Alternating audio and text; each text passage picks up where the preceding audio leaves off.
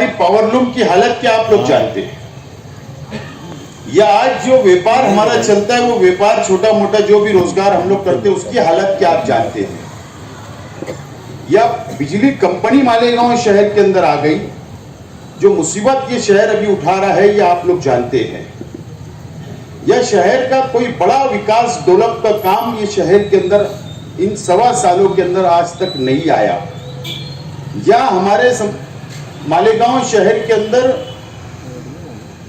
Education की line से कोई भी बड़ा तालीमी अदारा या कोई स्कूल कॉलेज मंजूरी नहीं आई, या हमारे जो टीचर लोगों के मसाइल है, चाहे 20% वालों के है या अप्रैल वालों के है, नॉन ग्रांट बेसिस वालों के है, ये जितने भी हमारे तालीमी हल्के के जो भी मसाइल है वो एक भी मसला मालेगांव शहर का आज तक हल नहीं हुआ।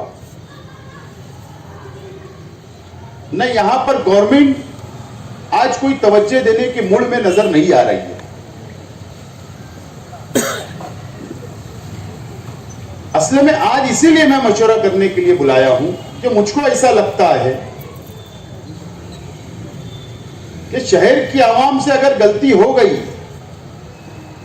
तो जरूरी नहीं है कि हम उसको 5 साल लेकर वही गलती दोहराते रहे, उसी को याद करते रहे, बल्कि हम लोग शहर की आवाम, आप लोग, हम लोग सर जोड़कर बैठकर दोबारा इस शहर को हम खड़ा कर सकते हैं, ऐसा मुझको लगता है, ऐसा मुझको एहसास हुआ। दोबारा खड़ा कर सकते हैं, चाहे वो कोई भी लाइन से हो, चाहे तालीमी लाइन से हो, चाहे सनती लाइन से हो, चाहे व्यापारी लाइन से हो, या शहर के विकास की बात हो, शहर के डेवलप की बात हो, या जितने मसाइल हमारे अपने सामने खड़े हैं, वो सब तरीके से हम लोग इसको दोबारा रास्ते पर इस शहर को चला सकते हैं और हम इस शहर को दोबारा खड़ा कर सकते हैं, ऐसा मुझको एहसास हुआ। मुख्तसर, क्योंकि मैंने शहर की आवाम से मैं ये वादा करते आ रहा हूं, रोजाना जो मैं मीटिंगें ले रहा हूं चौक में, यार मैं वजह, जो बड़ी वजह है, सब चीजें मैं वहां पर स्टेज के ऊपर बताऊंगा, क्योंकि यहाँ हमारे मीडिया के साथियों को भी हमने इनवाइट किया है, तो बात आवाम को बुरी ना लग जाए कि यार आपने पर्सनल मीटिंग के अंदर बताई और हम लोगों को सिर्फ आप जबरदस्ती आप मशवरा ले रहे हो। बहरहाल कहीं ना कहीं ये मुझको लग रहा है कि सरकार के अंदर 3 पार्टियां हैं और उस तीनों पार्टियों के अंदर कम से कम तालमेल नहीं होने की वजह बोलो, या कमजोर हम लोग पड़ रहे हैं, या नुमाइंदा कमजोर पड़ रहा है, या मेरे जैसे लोग कमजोर पड़ रहे हैं, तो क्या हम लोग इस शहर को दोबारा खड़े करके सरकार तक मैसेज नहीं दे सकते क्या हम ये शहर दोबारा खड़ा हुआ है, हम इस शहर की विकास चाहते हैं, इस शहर की तरक्की चाहते हैं, इस शहर के मसाइल हल करना चाहते हैं? तो आप लोग इस मशवरा दें। और मेरा ये बिल्कुल साफ और वाजे ऐलान है कि भारतीय जनता पार्टी जो हिंदू फिरका परस्त पार्टी है, जो MIM मुस्लिम फिरका परस्त पार्टी है, ये दोनों ही पार्टियों से हमारे शहर को बहुत नुकसान हुआ, हो रहा है, और अल्लाह का बहुत एहसान व करम है कि 1.5 साल पहले जो NRC CAA की जो तहरीकें इस शहर के अंदर चली और पूरे मुल्क के अंदर चली और जो आज भी चल रही है, अल्लाह का बहुत एहसान व करम है कि महाराष्ट्र के अंदर 3 पार्टियों की सरकार बन गई, भारतीय जनता पार्टी को बाजू में रखा। और नहीं तो यकीन जानो NRC का पहला कानून यहीं पर लागू होता था।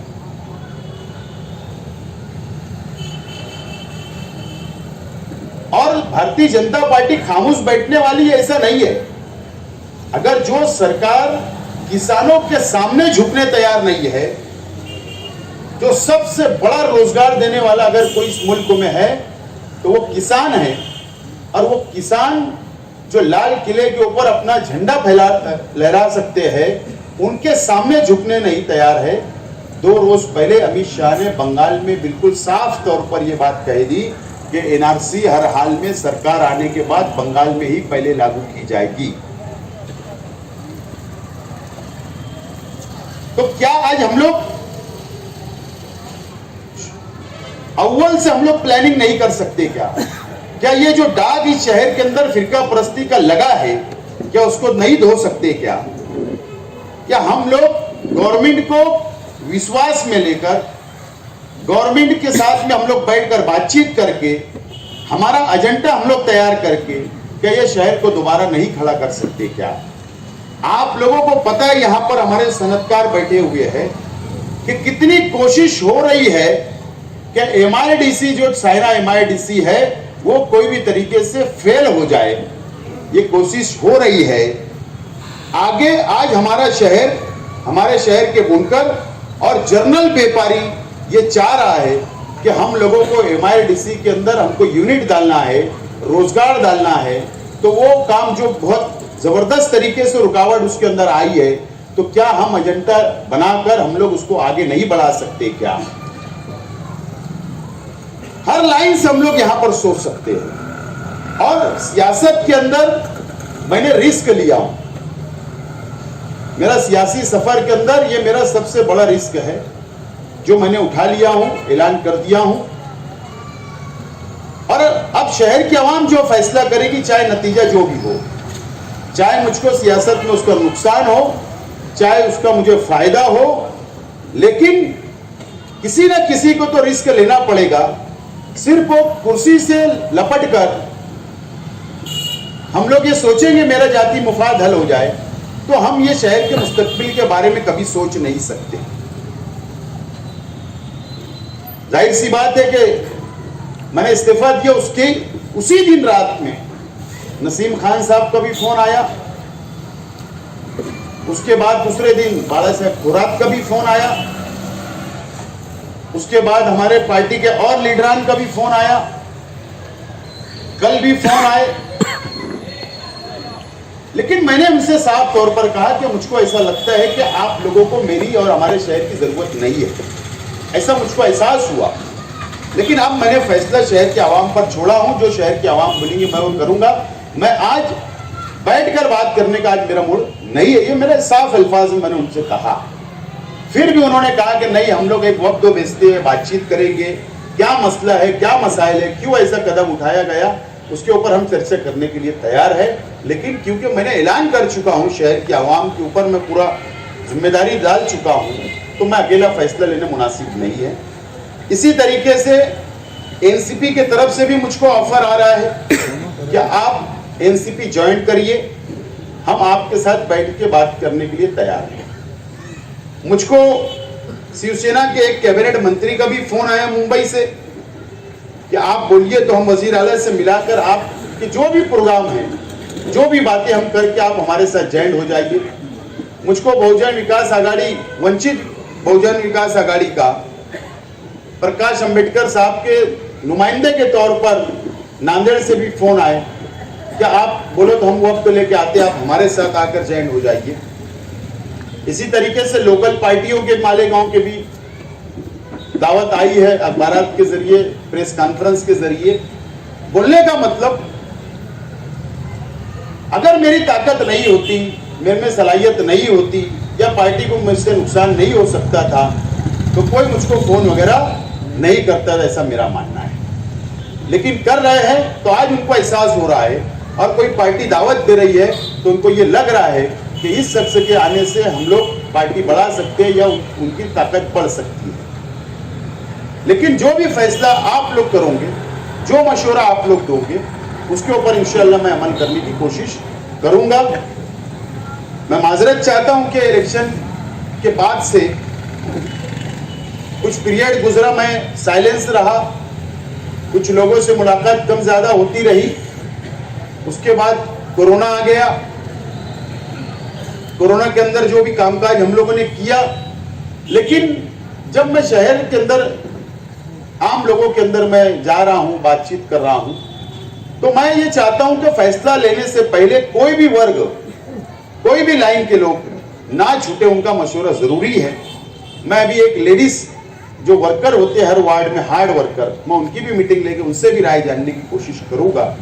लेकिन ये मीटिंग इसलिए बहुत अहमियत है इस मीटिंग की कि यहाँ पर हर लाइन के लोग, हर शोबे के लोग यहाँ पर मौजूद है। यानी आप लोग अगर चाह लिए तो शहर खड़ा हो सकता, आपके अच्छे मशवरे आ जाए तो हम दोबारा शहर को चला सकते, चाहे वो कोई भी लाइन से हो। और आप लोगों को मुझे कोई सबूत देने की जरूरत नहीं है। आप लोगों ने 5 साल मेरा मुकम्मल देखा कि मैं मेरे अंदर सलाहियत है या नहीं, आप लोग जानते हैं। मेरा एक मशवरा सिर्फ यहाँ ये रहेगा, आप लोगों से जो जिम्मेदारान यहाँ पर सब लोग बैठे हैं, मैं उनसे मशवरा रहेगा कि मेरे को अभी वक्त है, मैं जुमा तक जलसा है, हो सकता है उसमें तारीख में 2-3 दिन इधर उधर भी करने में कोई हर्ज नहीं है। लेकिन जहां मैं कोई बड़ा कदम उठा रहा हूं, जब तक आप राय नहीं देंगे कि फला जगह जाना चाहिए तो मैं तो जाऊंगा नहीं। आप बोलेंगे और 1 महीना वेट करो तो वेट करेंगे, आप बोलेंगे आप आजाद इंडिपेंडेंट रहो, आजाद रहेंगे। लेकिन मैं चाहता हूं कि शहर के आज जो मसाइल हमारे हैं, चाहे वो कोई भी लाइन के हो, बुनकरों के हो, मजदूरों के हो, गरीबों के हो, अमीरों के हो, तालीम के हो, मजहबी हो, जो भी लाइन के हो, उसके ऊपर मैं चाहता हूं कि यहां एक कमेटी बने। जो लोग वक्त दे सकते 2-3 दिन के अंदर वो कमेटी का काम भी खत्म हो जाए, बहुत ज्यादा उसको नहीं करना है। और हम एक एजेंडा तैयार करें कि जहां भी आप मुझको भेजेंगे कि यहाँ इस पार्टी में आपको जाना है मशवरे से, तो मैं वो एजेंडा लेकर बैठूं कि ये एजेंडा मेरे शहर के लोगों ने तैयार करके दिया है और आप अगर इस एजेंडे पर सहमत है तो मैं आपके साथ जाता हूं। मैं चाहता हूं कि एजेंडा यहां पर बैठकर एक कमेटी बनाई जाए, एक एजेंडा बनाए, उसके अंदर सब मुद्दे हमारे आना चाहिए, किस किस टॉपिक के ऊपर हमको बात करना चाहिए और उसके बाद हम लोगों को आगे बढ़ना चाहिए। ऐसी मेरी राय है। अगर उसके हट के कोई अच्छी बेहतर राय यहां पर आएगी तो इंशाल्लाह उस पर भी अमल करने की कोशिश हम सब मिलकर करेंगे। इतना ही बोलने के लिए आज मैं आपको बुलाया था और मुझे आपसे बहुत उम्मीद है, यकीन है आप लोगों पर कि आप कोई सियासी प्रोग्राम के अंदर शिरकत नहीं करते। कई लोगों का सर्विस का मसला है, कई लोगों के मसाइल रहते हैं। बहरहाल आप लोग हमेशा, जब भी मैंने इस तरीके से प्रोग्राम रखा, आप लोग ने अपना वक्त निकाल कर आप लोग आए और इंशाअल्लाह जिस तरीके से मैं 2014 से 19 तक मैंने शहर को सबको साथ में लेकर काम करने की कोशिश की, इंशाअल्लाह आपके मशवरे से दोबारा हम लोग सबको साथ लेकर चलने का पूरा काम करेगा, साथ में लेकर चलूंगा। बहुत बहुत शुक्रिया, खुदा हाफिज़। बार बार बोल रहे हैं, अरे भाई अगर उनको शौर नहीं रहता तो एमएलए बनते थे क्या? आज उन्होंने मेयरशिप के दौरान काम किया, एमएलएशिप के दौरान जो काम किया, मैं बोलता हूँ बहुत कम लोग ये काम करते हैं। मैं तो उन्हीं के ऊपर ये बात छोड़ूंगा कि वो बेहतर फैसला लेंगे और कौन पार्टी क्या है, क्या हो सकता है और वो किस पार्टी में सम होकर काम अच्छे ढंग से कर सकते हैं, तो उनका ही फैसला बेहतर रहेगा। मोहतरम हाज़रीन, अभी आप लोगों के सामने मुख्तलिफ अफराद ने अपनी राय पेश की हमारे आसिफ शेख साहब के ताल्लुक से कि कौन सी पार्टी में जाना चाहिए। फैसला उनके सामने है।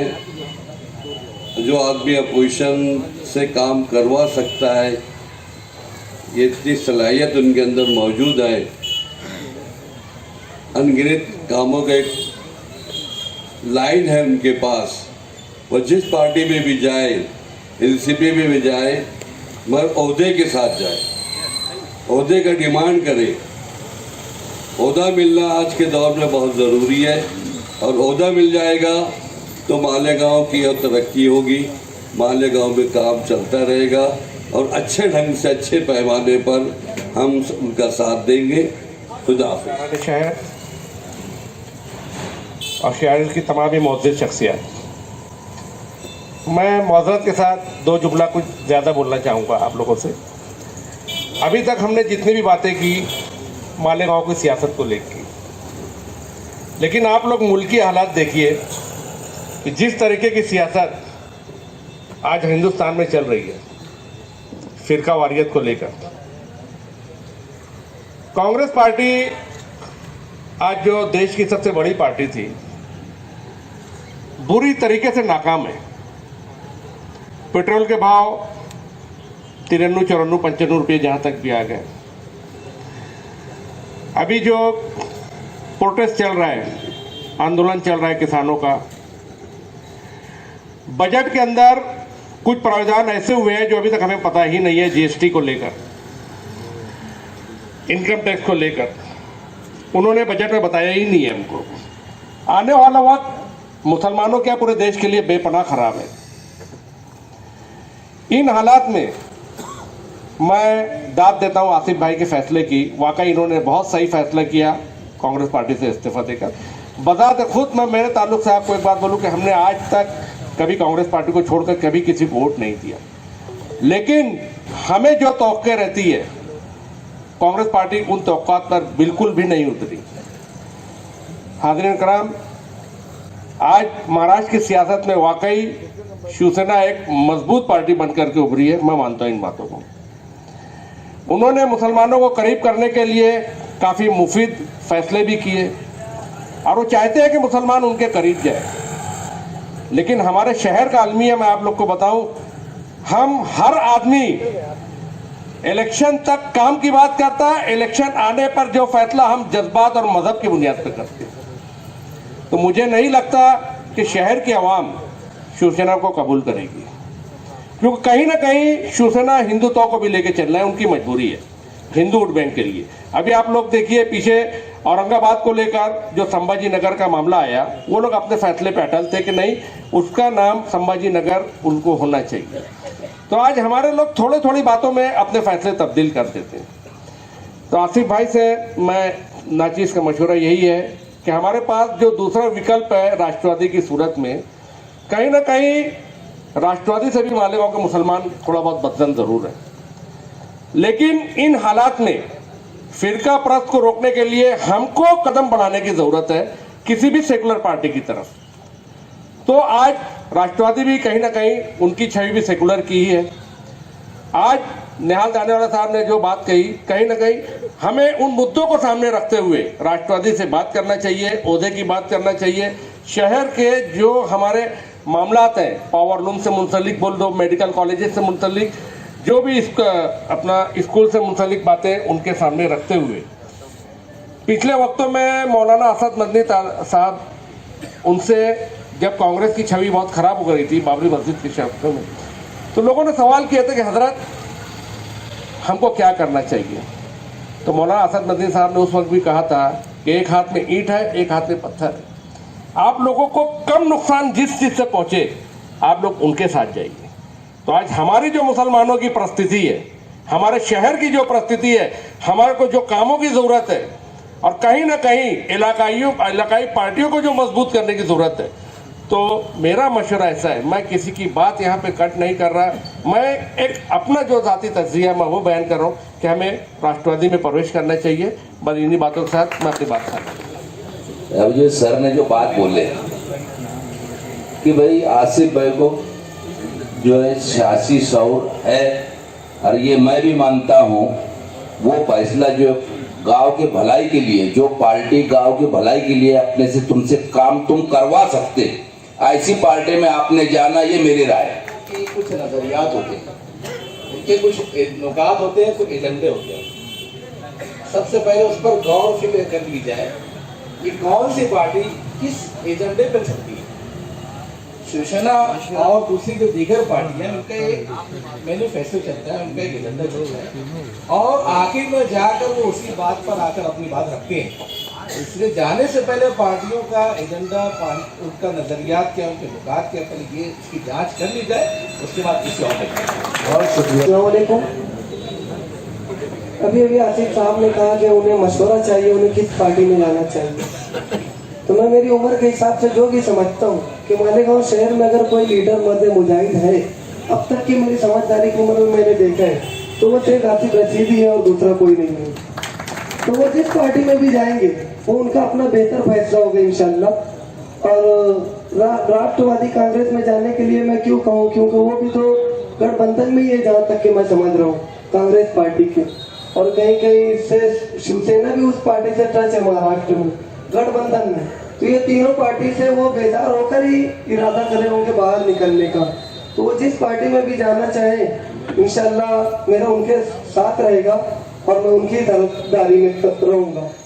जिस आदमी के पास विजन हो और काम का मंसूबा हो वो किसी पार्टी का मोहताज नहीं होता है।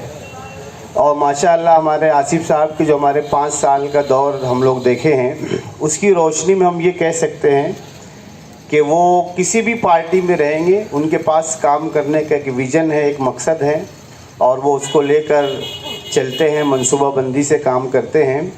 और जो एक राय इससे पहले उन्होंने दी थी कि अभी जो हजरात यहाँ पर जमा हैं कुछ एक ऐसी कमेटी बन जाए कि जो बहुत सारे हजरात की बहुत कीमती राय आ रही हैं, ये सारे हजरात की राय को भी हम लोग सामने रखें और जो अलग अलग राय आई है पार्टियों के मैनिफेस्टोज़ की और पार्टियों से बात करने की, ये सारे इश्यूज़ जो है वो कमेटी तय करे और उसके बाद एक मजबूत फ़ैसला लिया जाए।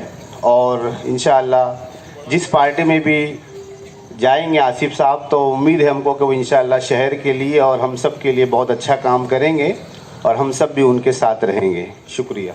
आसिफ साहब का ये मशवरा है कि वो शिवसेना से कोशिश करें और इंशाल्लाह लोग साथ देंगे क्योंकि वो पार्टी भी काम करती है, अभी कर रही है।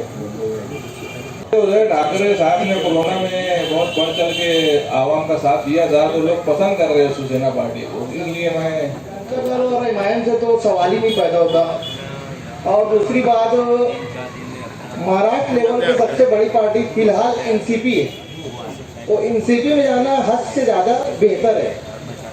महाराष्ट्र लेवल अपने को मरकजी लेवल पे नहीं जाना है, अपन आज महाराष्ट्र में बैठे तो महाराष्ट्र की बात करो तो सबसे बेहतर एनसीपी पार्टी है, 1 नंबर पर।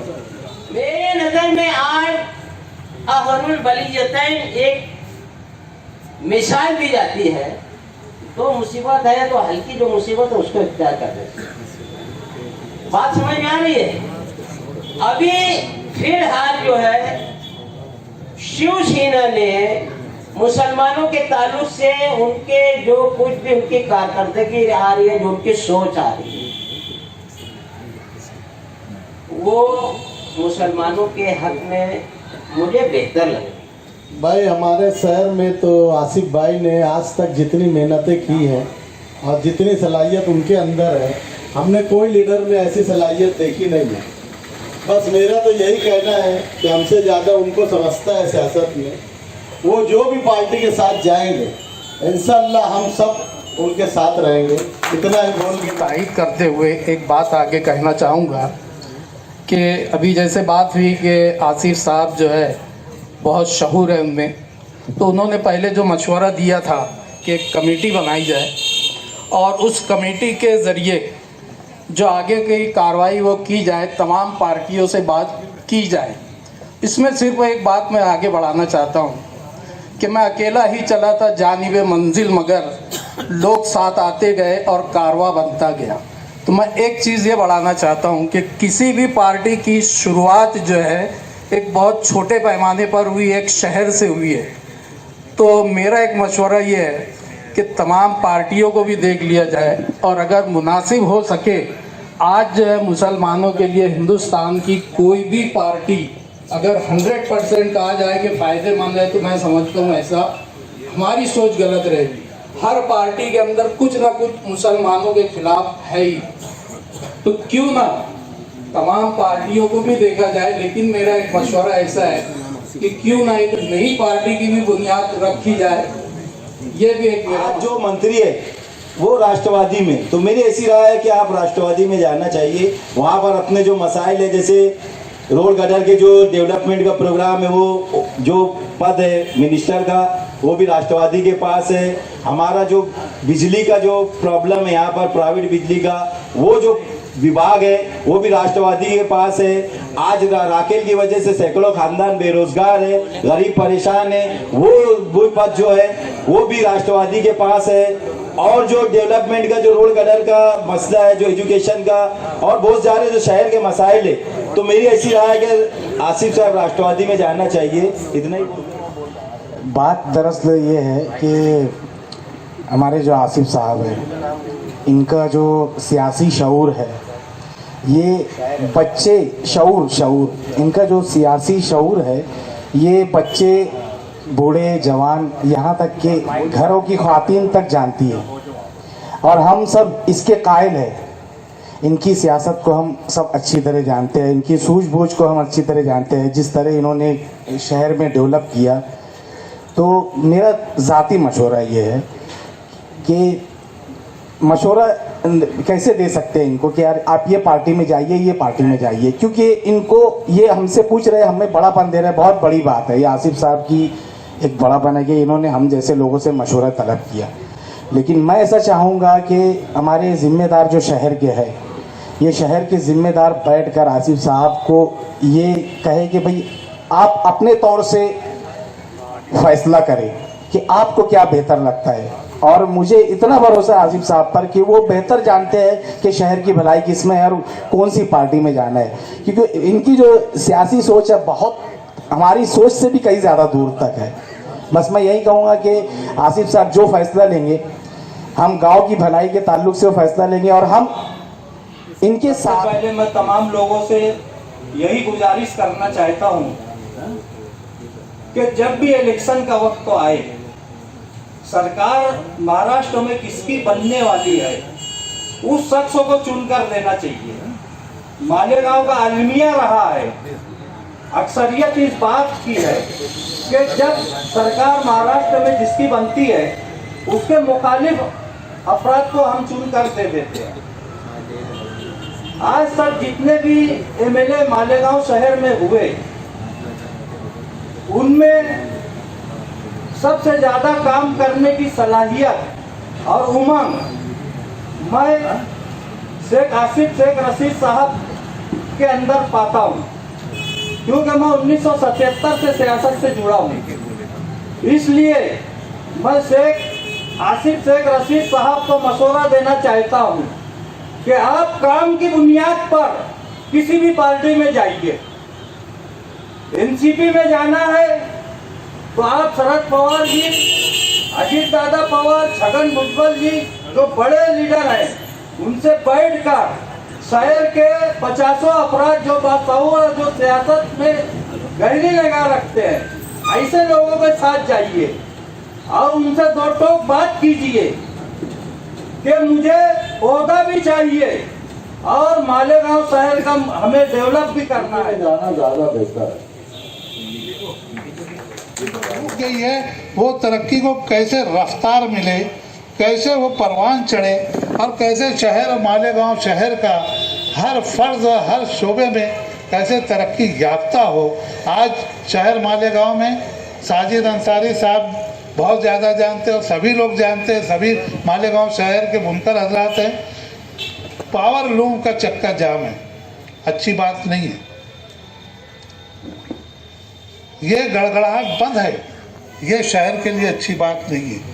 1 घंटा अगर लूम बंद हुआ, ना जाने कितने लाखों करोड़ों रुपए का नुकसान होता है, कितने लोगों के चूल्हे बुझ जाते हैं, क्या क्या घर के हालात होते हैं।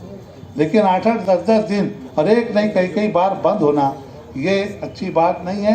ये सब अब वो गड़गड़ाहट बंद हुई, पूरा मालेगांव शहर के तमाम शोबेजात तमाम कारोबार पर असरात होते हैं। और यही दर्द जो है वो कहीं ना कहीं हमारे कहीं ना कहीं क्या मुकम्मल तौर से आसिफ साहब जो है उनके अंदर है, हम सब के अंदर है और हम सब उसी दर्द को बांटने के लिए आप यहाँ जमा हुए हैं। और मशवरे भी जो आ रहे हैं, मशवरे भी सब लोग जानते हैं कि ये शख्स मामूली शख्स नहीं है। अल्लाह ताला ने इन्हें खुदादाद सलाहियत अता की है।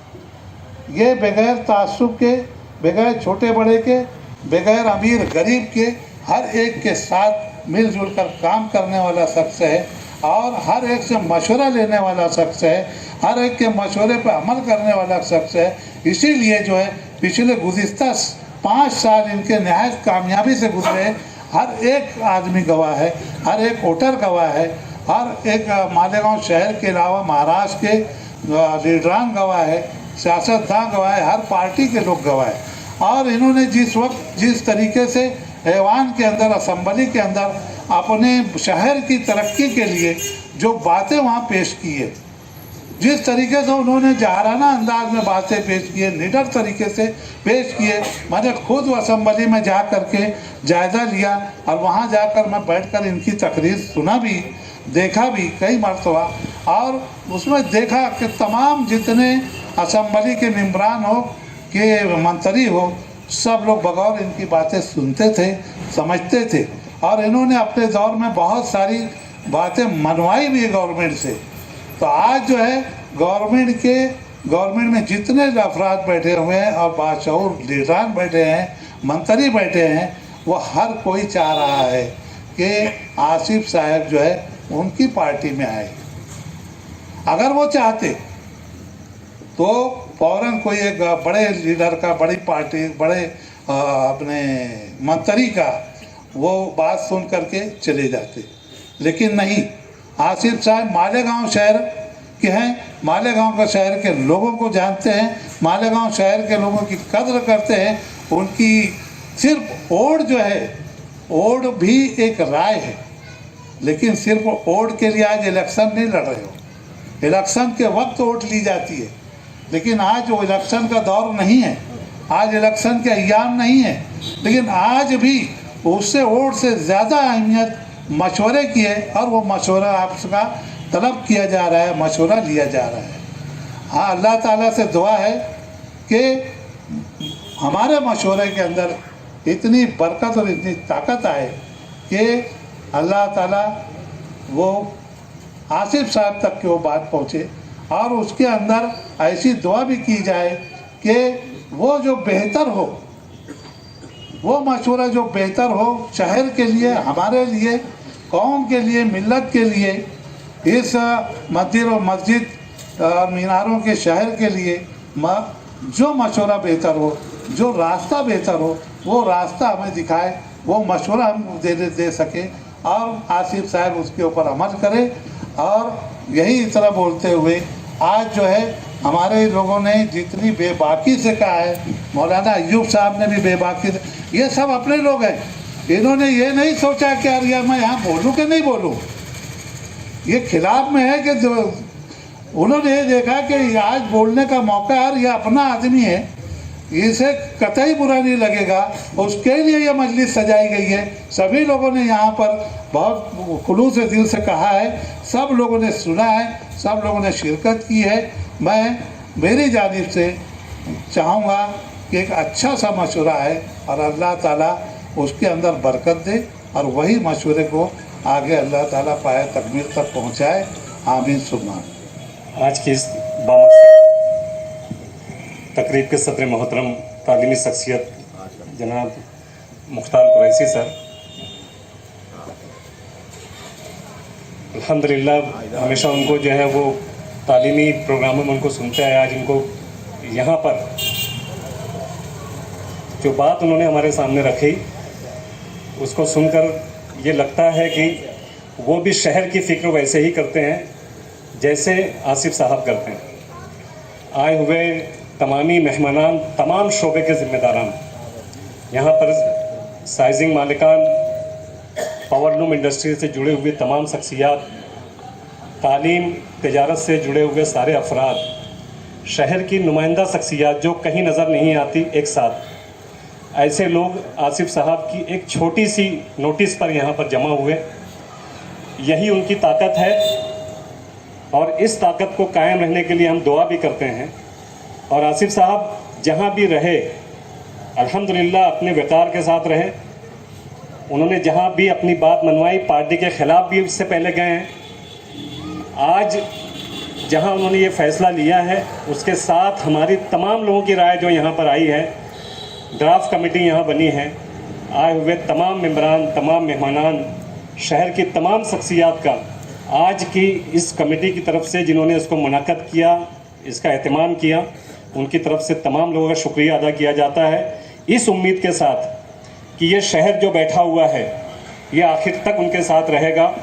ये शहर जो बैठा हुआ है आसिफ साहब की उस मेहनत को, जो गली गलियों, रास्ते, सड़कों दस्तक देते हुए घरों पर और अपने छोटे छोटे से लेकर बड़े से बड़े वर्करों से वो राय मशवरा कर रहे हैं, उस राय तक ये मजमा, ये आज की तो तकरीब है, ये उनके जो ताकत है वो उस गलियों के जो लोग हैं, शहर के जो लोग हैं, जो शहर की फ़िक्र करने वाले लोग हैं, उनके साथ ये ताकत बनी रहेगी। इस उम्मीद के साथ, इस दुआ के साथ मैं तमाम लोगों का दोबारा शुक्रिया अदा करता हूँ और अल्लाह पाक का बेपनाह शुक्र अदा करता हूँ कि यह तकरीब अपने मकसद को पहुँची, अपने अख्तिताम को पहुँची और सदर मोहतरम की इजाज़त से आज की इस तकरीब के अख्तिताम का ऐलान भी करता हूँ।